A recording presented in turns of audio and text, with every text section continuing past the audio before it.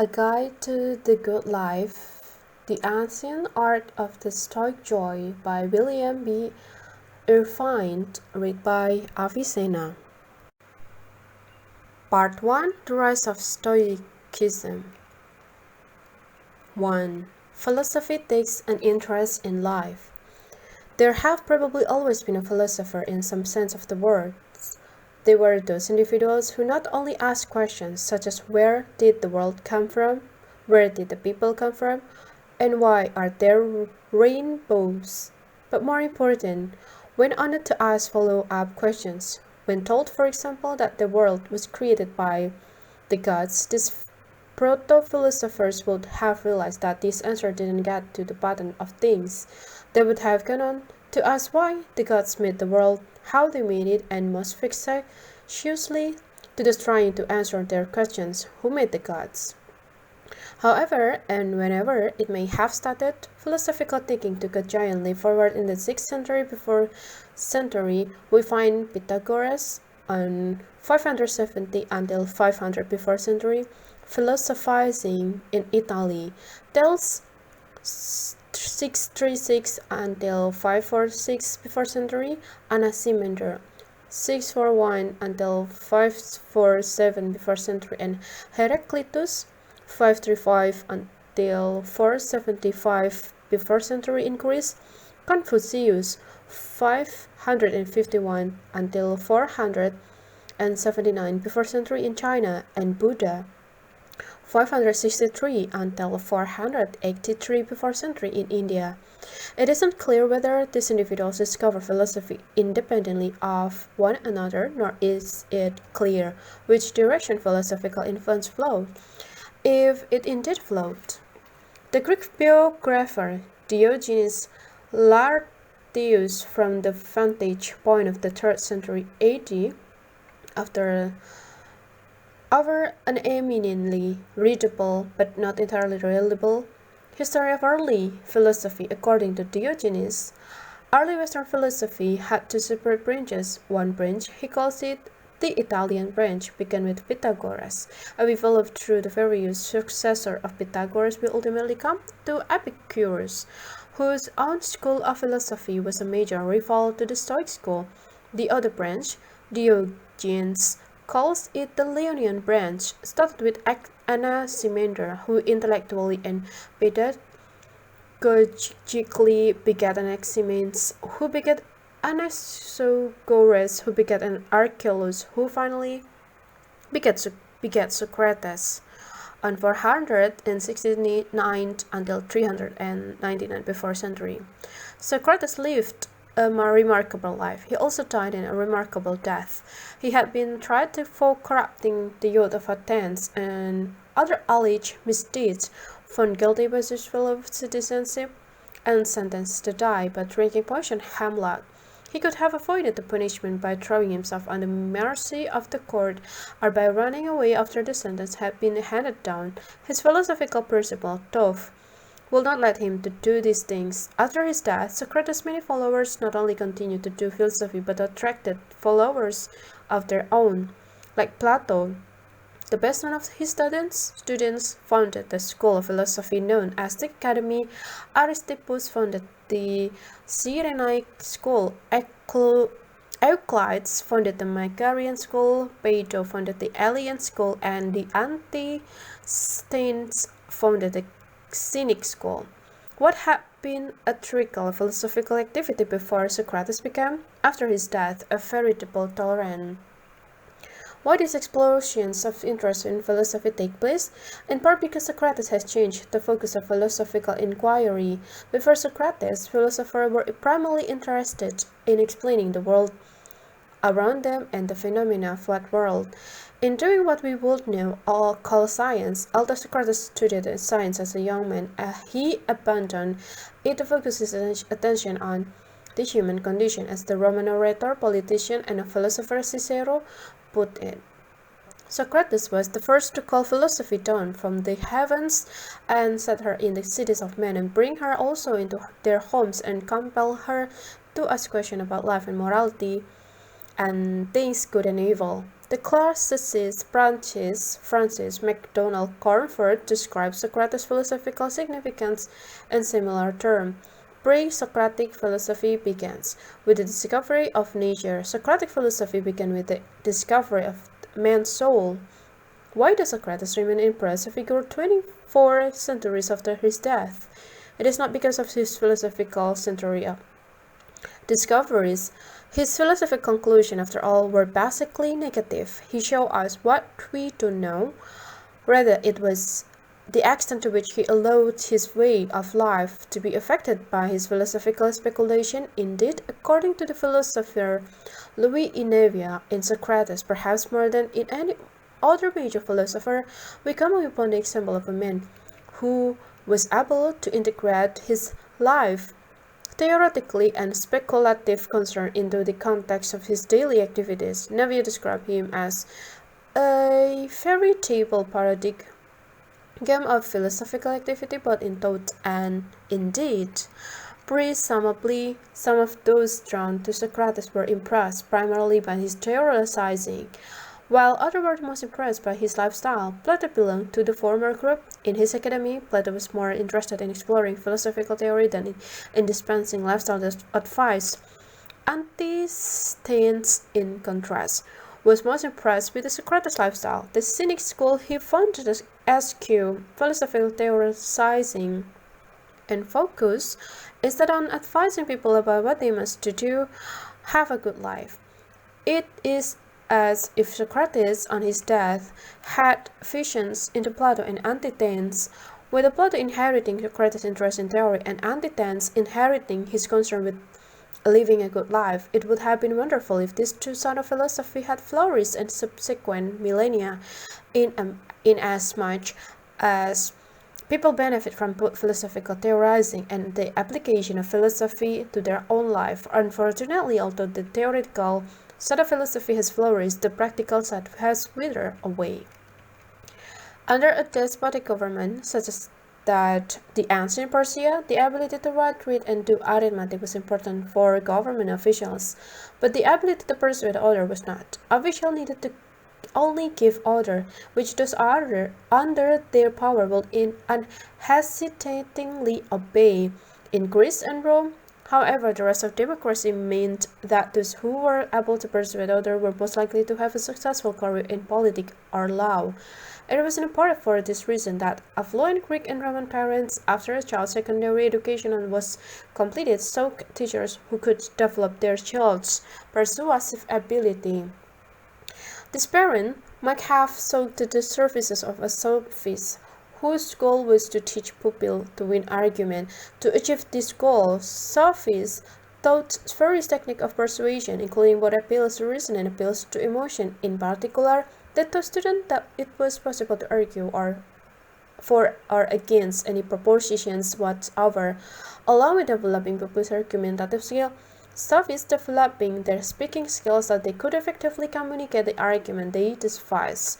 Alternatively, parents might have sought the service of a philosopher. Like a sophist philosopher taught persuasive technique, but unlike the sophist, the SQ appeals to emotion. Also, unlike sophists, philosophers taught that besides teaching their pupils how to persuade, they should teach them how to live well. Consequently, according to the historian H.I. Maru, in their teaching they emphasized the moral aspect of education, the development of the personality, and the inner life.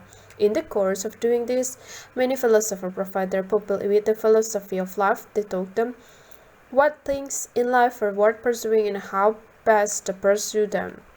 Some of the parents who wanted the philosophical educations for their child hired a philosopher to act as a life-in tutor. Aristotle, for example, was hired by a King Philip of Macedon to tutor Alexander, who subsequently became the great. Parents who could not afford a private tutor would have sent their sons, but probably not their daughters, to a school of philosophy after the death of Socrates. The school became a prominent feature of Athenian culture, and when, in the 2nd century before century, Rome came under the spell of Athenian culture, school of philosophy started appearing in Rome. There are no longer schools of philosophy, and this is Same. It's true that philosophy is still done within schools, more precisely within the philosophy department of universalities. But the culture role played by philosophy department is quite unlike the role played by the ancient philosophical school. For one thing, those who sign up for the philosophy classes offered by university are rarely motivated to do so by a desire to acquire a philosophy of life. Instead, they take classes because their advisor tells them that if they don't, they cannot graduate. And if they don't seek a philosophy of life, they will, in most universities, have a hard time finding a class that would offer them one. But even though schools of philosophy are a thing of the past, people are in as much need of philosophy of life as they ever were. The question is, where can they go to obtain one? If they go to philosophy department of the local university, they will, as I have explained, probably they will be disappointed. What if they instead turn to their local church? Their pastor might tell them that what they must do to be a good person, that is, what they must do to be morally upstanding. They might be instructed, for example, not to steal or tell lies or in some religion have an abortions. Their pastor will also probably explain what they must do have a good afterlife. They should come to services regularly and pray and tithe in some religions, but their pastor will probably have relatively little to say on what they must do have a good life. Indeed, most religious, after telling adherent what they must do, be morally upstanding and get into heaven, leave it to them to determine what things in life are and are not worth pursuing. These religions see nothing wrong with an adherent working hard so he can afford a huge mansion and an expensive sport car as long as it doesn't break any law doing so. Nor do they see anything wrong with the adherent forsaking the mansion for a hut and forsaking the car for a bicycle. And if religion do offer adherent advice on what things in life are and are not worth pursuing, they tend to offer the advice in such a low-key manner that the adherent might regard it as a suggestion rather than a directive about how to live and might therefore ignore the advice.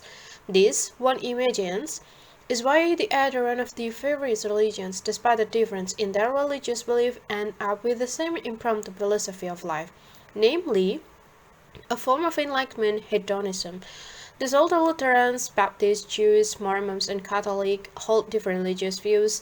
They are remarkably alike when they encounter outside of church or synagogue. They hold similar jobs and have similar career ambition. They live in similar homes, furnished in a similar manner, and they lust to the same degree for whatever consumer product are currently in vogue.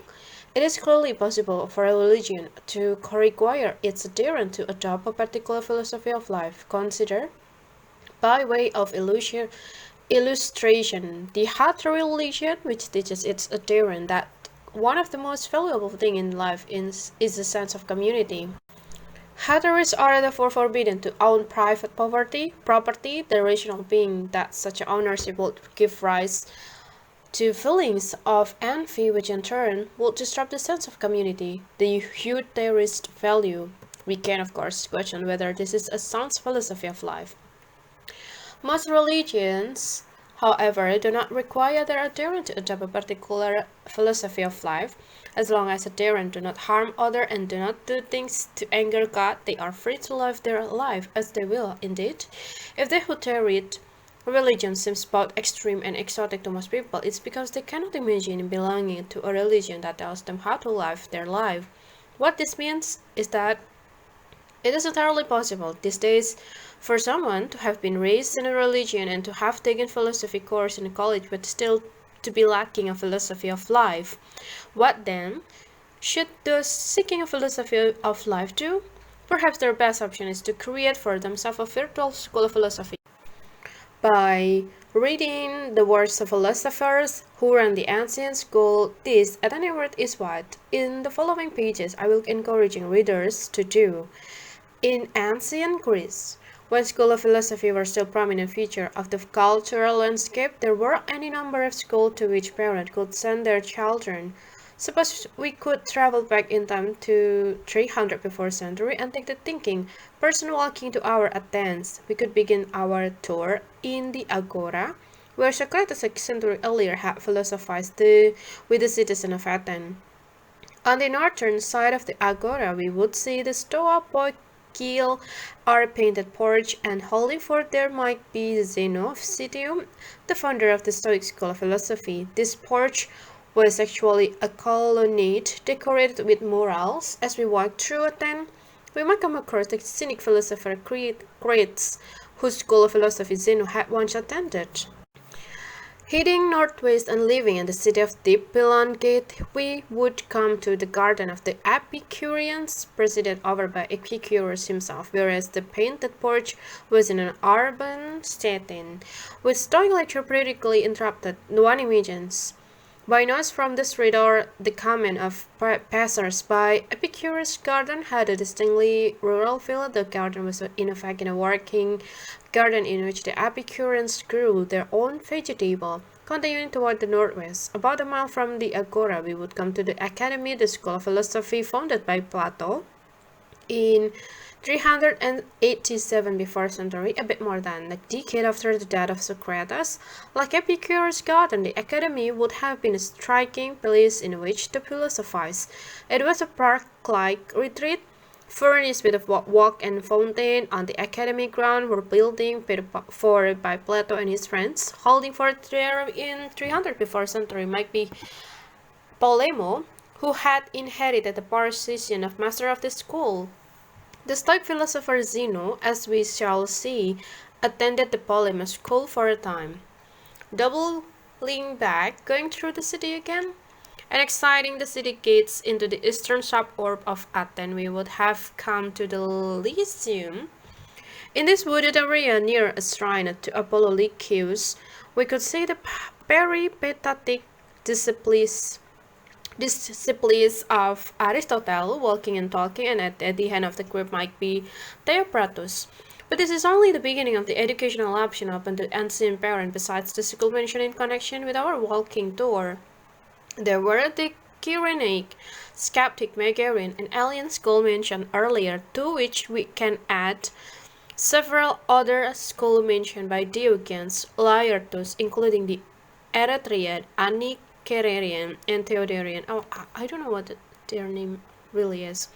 Yeah, along with the schools run by the Eudaimonists, the truth lover, the refutationists and reasoners from analogy, the physicists and moralists, and the dialecticians.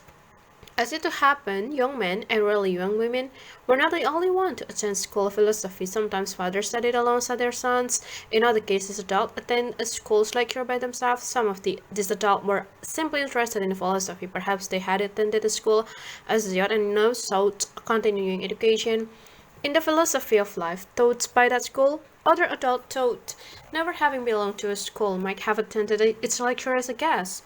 Their motive are probably very much like the motive modern individuals have in attending a public lecture. They sought to be enlightened and entertained. Yet other adults had an ulterior motive for attending school of philosophy. They wanted to start their own school and listened to the lecture of head of successful school in order to burst philosophical idea they could use in their own teaching. Zeno of Citium was accused of doing just this. Polemo complained that Zeno's motive for attending lecture at the academy was to steal his doctrine, the rival school of philosophy. Different in the subject of they taught.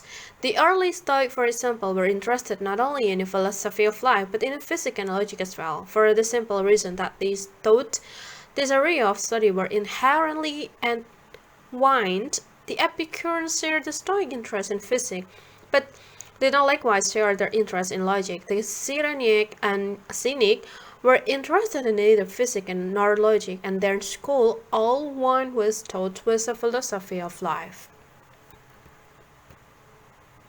Okay, reader of this book should therefore keep in mind that although I'm at Stoicism as a philosophy of life, it is not the only option available to those seeking such a philosophy. Furthermore, although the Stoics thought they could prove that theirs was the correct philosophy of life, I don't think such a proof is possible. Instead, I think that which philosophy of life a person should choose depend on her personality and circumstances. But having made this admission, let me add that I think there are very many people whose personality and circumstances make them wonderful candidates for the practice of Stoicism. Furthermore, whatever philosophy of life a person ends up adopting, she will probably have a better life than if she tried to live as many people do without the coherent.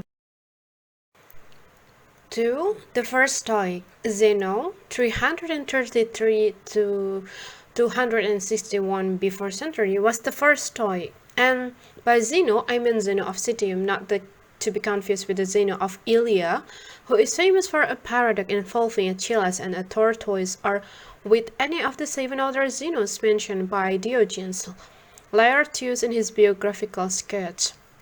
Zeno's father was a merchant of purple dye, DYA, and used to come home from his travel with a book for Zeno to read. Among them were philosophy books purchased in Athens. These books aroused Zeno's interest in both philosophy and Athens. As a result of a shipwreck, Zeno found himself in Athens, and while there, he decided to take advantage of the philosophical resources the city had to offer. He went to a bookseller's shop and asked where men like Socrates could be found. Just then, Critias the cynic was walking by. The bookseller pointed to him and said, "Follow yonder man." And so it was. We are told that Zeno became Critias' pupil. Looking back on this time in his life, Zeno commented, "I made a prosperous voyage when I suffered a shipwreck." The cynic had a little interest in philosophical theorizing. They instead of got a rather extreme philosophical lifestyle. They were ascetic, socially speaking. They were the ancient equivalent of what we today call the homeless. They lived in the street and slept on the ground. They owned only the clothing on their back, typically one per cloak, and what the ancient referred to as a cynic rap. Theirs was a day-to-day, hand-to-mouth existence. When someone told Epictetus, who although himself a Stoic was familiar with cynicism, that he was contemplating joining the cynic school, Epictetus explained what becoming a cynic would entail. You must utterly put away the will to get and must will to avoid only what lies within the sphere of your life. You must harbor no anger, wrath, envy, pity, a fair meat or fair name, favorites, or sweet cakes must mean nothing to you. A cynic, he explained, must have the spirit of patience in such a measure as to seem to be to the multitude as unfeeling as a stone, reviling our blows or insult are nothing to him. Few people, one imagines, had the courage to endure and to live the life of a cynic. The cynic were renowned for their wit and wisdom. When, for example, someone asked what sort of women a man should marry, Antithenes replied that no matter what woman he chooses for his wife, he would live to regret marrying. If she is beautiful, you will not have her to yourself. If she is ugly, you will pay for it dearly. Concerning our dealing with other people, he commented that it's better to fall in love with the crows than with flatterers. For in the one case you are devoured when dead. In the other case, while alive, he also advises listeners to pay attention to your enemy, for they are the first to discover your mistakes, despite or perhaps because of his sharp wit. Antithenes was described as being the most agreeable of men in conversation. Diogenes of Sinope was a student of Antithenes of simple living. Diogenes observed that the gods had given to men the means of living easily, but this had been put out of sight because we require honeyed cakes and Gans and the like, such as the madness of men. He said that they choose to be miserable when they have it in their power to be content. The problem is that bad men obey their lust as a servant obey their master, and because they cannot control their desire, they can never find contentment. Men's values, Diogenes insisted, had been corrupted. He pointed out, by way of illustration, that a statue, the only function of which is to please the eye, might cost 3,000 drachmas, while a quart of barley flour, which when consumed can keep us alive, can be bought for only 2 copper coins. He believed hunger to be the best appetizer, and because he waited until he was hungry or thirsty before he ate or drank, he used to partake of a barley cake with greater pleasure than others did of the costliest of food, and enjoyed a drink from the stream of running water more than others did their Thasian's wine. When asked about his lack of an abode, Diogenes will reply that he had access to the greatest houses in every city, to their temple and gymnasia, that is. And when asked what he had learned from philosophy, Diogenes replied, to be prepared for every fortune. This reply, as we shall see, anticipates one important theme of Stoicism. The Cynics plied their trade not in a suburban setting, as Epicurus and Plato did, but on the street of Athens, as Socrates had one. And like Socrates, the Cynics sought to instruct not only those who offered themselves as pupil, but anyone at all, including those who were reluctant to be taught. Indeed, the Cynic creates who, as we have seen, was the Stoic philosopher Zeno's for him philosophical teacher, was not content simply with bettering the people he encountered on the street. He also entered people's homes and invited to admonish those within. For this habit he became known as the door opener. After studying with Crates for a time, Zeno decided that he was more interested in theory than Crates was. He therefore came up with the idea of focusing not just on a philosophical lifestyle or a philosophical theory, but combining lifestyle with theory, the way Socrates had done. The 19th century German philosopher Arthur Schopenhauer summed up the relationship between cynicism and Stoicism by observing that the Stoic philosopher proceeded from the cynic by changing the practical into the theoretical. Zeno therefore set out to learn philosophical theory. He went off to study with Stilpo of the Megarian school. He also studied with Polemo at the academy, and in around 300 before century he started his own school of philosophy. In his teaching, he appears to have mixed the lifestyle advice of Crates with the theoretical philosophy of Polemo. Into this mix, he incorporated the Megarian school interest in the logic and paradox. Zeno's school of philosophy enjoyed immediate success. His followers were initially called Zenonians, but because he was in the habit of giving his lecture in the Stoa Poikile, they subsequently became known as the Stoic, as by the way had been the poets who had formerly been in the habit of hanging out there. One thing that made Stoicism attractive was its abandonment of a cynical asceticism. The Stoic fared for a lifestyle that, although simple, allowed creature comfort.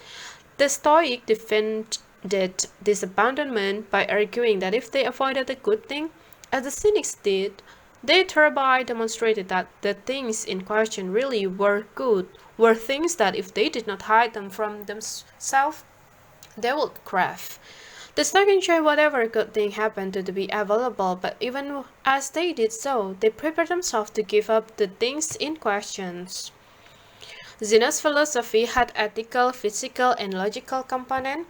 Those who studied Stoicism under him started with logic, moved on to physics, and ended up with ethic. Although the Stoics were not the first to do logic, Aristotle, for example, had done it before them. As had the Megarians, Stoic logic showed an unprecedented degree of sophistication. The Stoic interest in logic is a natural consequence of their belief that man's distinguishing feature is his rationality.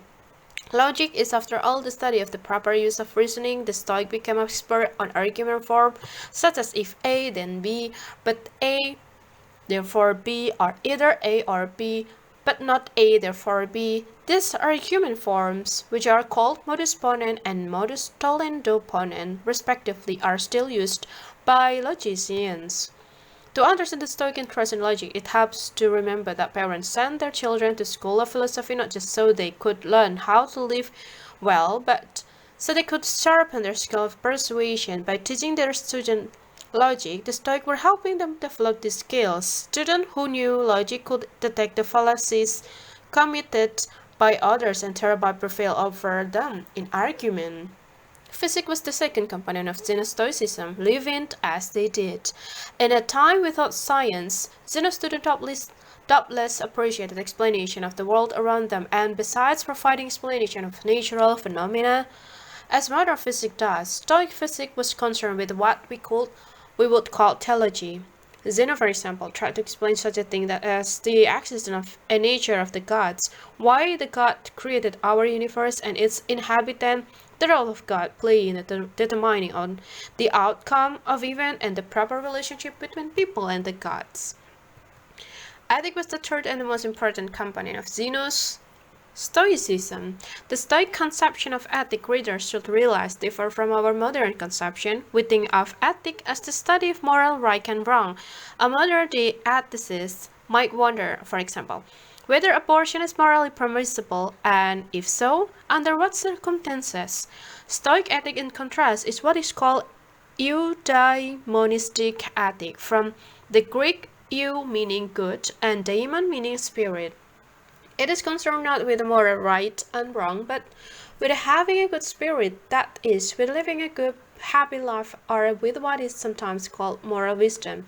As the philosopher Lawrence C. Becker put it, Stoic ethic is a species of eudaimonism. Its central organizing concern is about what we ought to do or be to live well, to flourish. In the words of the historian Paul Foin, Stoicism is not so much an ethic as it is a paradoxical recipe for happiness. It is easy for modern readers to misconstrue what the Stoic had in mind by a good life. Indeed, many readers will equate having a good life with making a good living with, that is, having a high-paying job. The Stoic, however, thought it entirely possible for someone to have a bad life despite making a very good life living. Suppose, for example, that he hates his high-paying job, or suppose that the job creates conflict within him by requiring him to do things he knows to be wrong. What then must a person do to have what the Stoic would call a good life? Be virtuous. But again, virtue is a word that invites misunderstanding. Tell a modern reader that the Stoic advocate that still live in a virtuous manner, and she might roll her eyes. Indeed, to this reader, nuns will be a prime example for virtuous individual, and what makes them virtuous are their chastity, humility, and kind-heartedness. Are the Stoics then advocating that we live like a nuns? In fact, that is not at all what the Stoics have in mind when they talk about virtue. For the Stoic, a person's virtue does not depend, for example, on her sexual history. Instead, it depends on her excellence as a human being, on how well she performs the function for which humans were designed. In the same way that the virtues or excellent hammer is one that performs well the function for which it was designed, namely to drive nails. A virtuous individual is one who performs well the function for which humans were designed. To be virtuous, then, it is to live as we were designed to live. It is to live a life, as Zeno put it, in accordance with nature. The Stoic would add that if we do this, we will have a good life. And for what function were people designed? To answer this question, the Stoic thought we need only examine ourselves. On doing this, we will discover that we have certain instincts, as do all animals. We experience hunger. This is nature's way of getting us to nourish ourselves. We also experience lust. This is nature's way of getting us to reproduce, but we differ from other animals in one important respect. We have the ability to reason. From this we can conclude, Zeno would assert, that we were designed to be reasonable, and if we use our reason, we will further conclude that we were designed to do certain things, that we have certain duties. Most significantly, since nature intended us to be social creatures, we have duties to our fellow men. We should, for example, honor our parents, be agreeable to our friends, and be concerned with the interests of our countrymen. It was this sense of social duty that led the Stoic Cato to be an active player in Roman politics, even though doing so cost him his life. Although, as I have said, the primary concern of the Stoic was with ethic, with living virtuously and thereby having a good life, they were also interested in logic and physics. By studying logic, they hoped to perform well one of the functions for which we were designed. 4. The negative visualization. What's the worst that can happen? Any thoughtful person will periodically contemplate the bad things that can happen to him. The obvious reason for doing this is to prevent those things from happening. Someone might, for example, spend time thinking about ways people could break into his home so he can prevent them from doing so. Or he might spend time thinking about the disease that might afflict him so he can take preventive measures. But no matter how hard we try to prevent bad things from happening to us, some will happen anyway. Seneca therefore points to a second reason for contemplating the bad thing that can happen to us. If we think about these things, we will lessen their impact on us when, despite our effort at prevention, they happen. He robs persons of their power who has perceived their coming beforehand. Misfortune weighs most heavily, he says, on those who expect nothing but good fortune. Expectatus echoes this advice. We should keep in mind that all things everywhere are perishable. If we fail to recognize this and instead go around assuming that we will always be able to enjoy the thing we value, we will likely find ourselves subject to considerable distress when the thing we value are taken from us. Besides this reason for contemplating the bad thing that can happen to us, there is a third and arguably much more important reason. We humans are unhappy in large part because we are insatiable. After working hard to get what we want, we routinely lose interest in the object of our desire. Rather than feeling satisfied, we feel a bit bored. And in response to this boredom, we go on to form new, even grander desires. The psychologists Jean Frederick and George Loewenstein have studied this phenomenon and given it a name, hedonic adaptation. To illustrate the adaptation process, they point to study of lottery winner. Winning a lottery typically allows someone to live the life of his dream. It turns out, though, that after an initial period of exhilaration, lottery winners end up about as happy as they previously were. They stop taking their new Ferrari and mansion for granted the way they previously took their rusted out pick-up and crime apartment for granted. Another less dramatic form of hedonic adaptation takes place when we make consumer purchases initially. We delight in the widescreen television or fine leather handbag we bought. After a time, though, we come to despise them and find ourselves longing for an even wider screen television or an even more extravagant handbag. Likewise, we experience hedonic adaptation in our career. We might once have dreamed of getting a certain job. We might consequently have worked hard in college and maybe graduate school as well to get the proper career path, and on that path, we might have spent years making slow but steady progress toward our career goal. On finally landing at the job of our dreams, we will be delighted, but before long, we are likely to grow dissatisfied. We will grumble about our pay, our coworkers, the failure of our boss to recognize our talent. We also experience hedonic adaptation in our relationship. We meet the man or women of our dreams, and after a tumultuous courtship, succeed in marrying this person. We start out in this state of wounded bliss, but before long we find ourselves contemplating our spouse's flaws, and not long after that, fantasizing about starting a relationship with someone new. As a result of the adaptation process, people find themselves on a satisfaction treadmill. They are unhappy when they detect an unfulfilled desire within them. They work hard to fulfill this desire in this belief that on fulfilling it, they will gain satisfaction. The problem, though, is that once they fulfill a desire for something, they adapt to its presence in their life and as a result stop desiring it, or at any rate don't find it as desirable as they once did.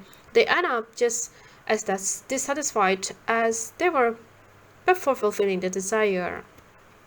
One key to happiness, then, is to forestall the adaptation process. We need to take steps to prevent ourselves from taking for granted once we get them the thing we worked so hard to get, and because we have probably failed to take such a step in the past, there are doubtless many things in our life to which we have adapted.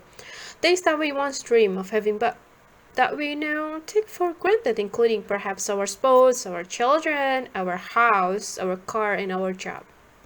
This means that besides finding a way to forestall an adaptation process, we need to find a way to reverse it. In other words, We need the technique for creating in ourselves a desire for the things we already have. Around the world and throughout the millennia, those who have thought carefully about the working of desire have recognized this, that the easiest way for us to gain happiness is to learn how to want the thing we already have. This advice is easy to state and it's doubtless true.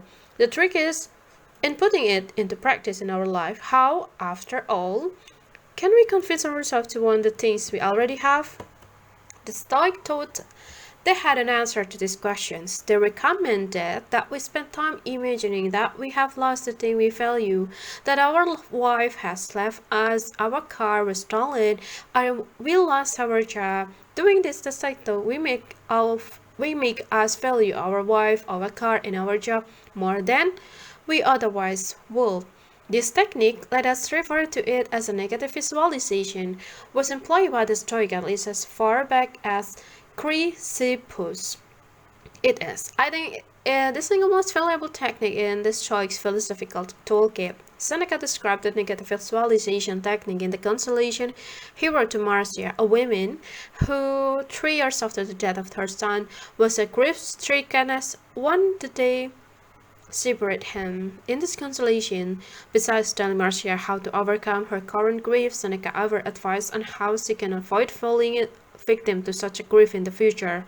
What she needs to do is anticipate the event that can cause her to grieve. In particular, he says, she should remember that all we have is on loan from fortune, which can reclaim it without our permission. Indeed, without even advance notice, thus we should love all of our dear ones, but always with the thought that we have no promise, that we may keep them forever. 9. No promise even that we may keep them for long, while enjoying the companionship of loved one, then we should periodically stop to reflect on the possibility that this enjoyment will come to an end. If nothing else, our own death will end it. Epictetus also advocates negative visualization. He counsels us, for example, when we kiss our child, to remember that she is immortal and not something we own, that she has been given to us for the present, not inseparable nor forever. His advice, in the very act of kissing the child, we should solemnly reflect on the possibility that she will die tomorrow. In his meditations, by the way, Marcus Aurelius approvingly quotes this advice. To see how imagining the death of the child can make us appreciate her, consider 2 fathers. The first takes Epictetus' advice to heart and periodically reflect on his child's mortality. The second refuses to entertain such a gloomy thoughts. He instead assumes that his child will outlive him and that she will always be around for him to enjoy. The first father will almost certainly be the more attentive and loving than the second. When he sees his daughter first thing in the morning, he will be glad that she is still a part of his life, and during the day he will take a full advantage of the opportunity to interact with her. The second father, in contrast, will be unlikely to experience a rush of delight on encountering his child in the morning. In that he might not even look up for the newspaper to acknowledge her presence in the room. During the day, he will fail to take advantage of opportunity to interact with her in the belief that such interaction can be postponed until tomorrow, and when he finally does get around to interacting with her, the delight he derives from her company will not be as profound. One supposes as the delight the first father experienced from such interactions. Besides contemplating the death of a relative, the Stoic think we should spend time contemplating the loss of friends, to death perhaps, or to a falling out. To Epictetus conceals that when we say goodbye to a friend, we should silently remind ourselves that this might be our final parting. If we do this, we will be less likely to take our friends for granted, and as a result, we will probably derive far more pleasure from friendship than we otherwise would. Among the death we should contemplate, says Epictetus, is our own. Along similar lines, Seneca advised his friend Lucius to live each day as if it were his last. Indeed, Seneca takes things even farther than this. We should live as if this very moment were our last. What does it mean to live each day as if it were our last? Some people assume that it means living wildly and engaging in all sort of hedonistic excess. After all, if this day is our last, we will not pay any price for our riches. Living, we cannot use drugs without fear of becoming addicted. We can likewise spending money with reckless abandon without having to worry about how we will pay the bills that will come to us tomorrow. This, however, is not what the Stoic had in mind when they advised us to live as if today were our last day. To them, living as if each day were our last is simply an extension of the negative visualization technique as we go about our day. We should periodically pause to reflect on the fact that we will not live forever and therefore that this day could be our last. Such reflection, rather than converting us into hedonists, will make us appreciate how wonderful it is that we are alive and have the opportunity to fill this day with activity. This, in turn, will make it less likely that we will squander our days. In other words, when the Stoic counsels us to live each day as if it were our last, their goal is not to change our activity but to change our state of mind as we carry out this activity. In particular, they don't want us to stop thinking about our planning for tomorrow. Instead, they want us, as we think about and plan for tomorrow, to remember to appreciate today. Why? Then do the Stoic want us to contemplate our own death, because doing so can dramatically enhance our enjoyment of life. And besides, contemplating the loss of our lives, say the Stoic, we should contemplate the loss of our possession. Most of us spend our idle moment thinking about the thing we want but don't have. We would be much better off, Marcus says, to spend this time thinking of all the things we have and reflecting on how much we would miss them if they were not ours. Along this line, we should think about how we would feel if we lost our material possession, including our house, car, clothing, pets, and bank balance. How we would feel if we lost our ability, including our ability to speak, hear, walk, breathe, and swallow, and how we would feel if we lost our freedom. Most of us are living the dream. Living that is the dream we once had for ourselves. We might be married to the person we once dream of marrying, have the children and job we once dream of having, and own the car we once dreaming of buying. But thanks to the hedonic adaptation, as soon as we find ourselves living the life of our dreams, we start taking the life for granted. Instead of spending our day enjoying our good fortune, we spend them forming and pursuing new, grander dreams for ourselves. As a result, we are never satisfied with our life. Negative visualization can help us avoid this fate. But what about those individuals who clearly are not living the dream? What about a homeless person, for example? The important thing to realize is that the Stoicism is by no means a rich person's philosophy. Those who enjoy a comfortable and affluent life can benefit from the practice of Stoicism, but second, those who are improvised, in particular, although their poverty will prevent them from doing many things, it will not preclude them from practicing negative visualization. Consider the person who has been reduced to possession of only a loincloth. His circumstances could be worse. He could lose the loincloth. He would do well, say the Stoic, to reflect on this possibility. Suppose, then, that he loses his loincloth as long as he retains his health. His circumstances could again be worse. A point worth considering, and if his health deteriorates, he can be thankful that he is still alive. It's hard to imagine a person who could not somehow be worse off.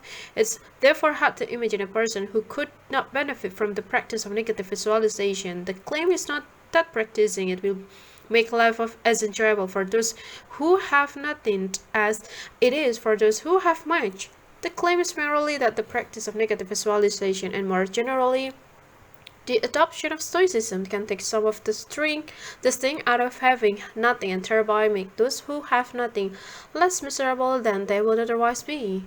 Along these lines, consider the plight of James Stockdale, a Navy pilot. Stockdale was shot down over Vietnam in 1965 and held as a prisoner of war until 1973. During that time, he experienced poor health, primitive living conditions, and the brutality of his jailers, and yet he not only survived but emerged an unbroken man.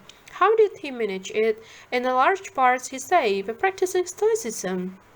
Other thing to realize, although the ever downtrodden certain people advise on how to make their existence more tolerable, and Stoics are by no means in favor of keeping these people in their state of subjugation. The Stoics would work to improve their external circumstances, but at the same time, the Stoic will suggest things that could to alleviate their misery until the circumstances are improved. One might imagine that the Stoics, because they go around contemplating worst-case scenario, will tend toward pessimism. What we find though is that the regular practice of negative visualization has the effect of transforming Stoics into full-blown optimism. Allow me to explain. We normally characterize an optimist as someone who sees his glass as being half full rather than a half empty. For a Stoic, though, this degree of optimism would only be a starting point. After expressing his appreciation that his glass is full rather than being completely empty, he will go on to express his delight in even having a glass. It could, after all, have been broken or stolen. And if his is a top his Stoic game, he may go on to comment about what an astonishing thing glass vessels are. They are cheap and fairly durable, impart no taste to what we put in them, and miracles allow us to see what they contain. That makes sense a bit silly, but to someone who has not lost his capacity for joy, the world is a wonderful place. To such a person, glasses are amazing, but to everyone else, a glass is just a glass, and it is half empty to both. Hedonic adaptation has the power to extinguish our enjoyment of the world. Because of adaptation, we take our life and what we have for granted rather than delighting in them. Negative visualization, though, is a powerful antidote to hedonic adaptation, but consciously thinking about the loss of what we have, we can regain our appreciation of it, and with this regained appreciation, we can revitalize our capacity for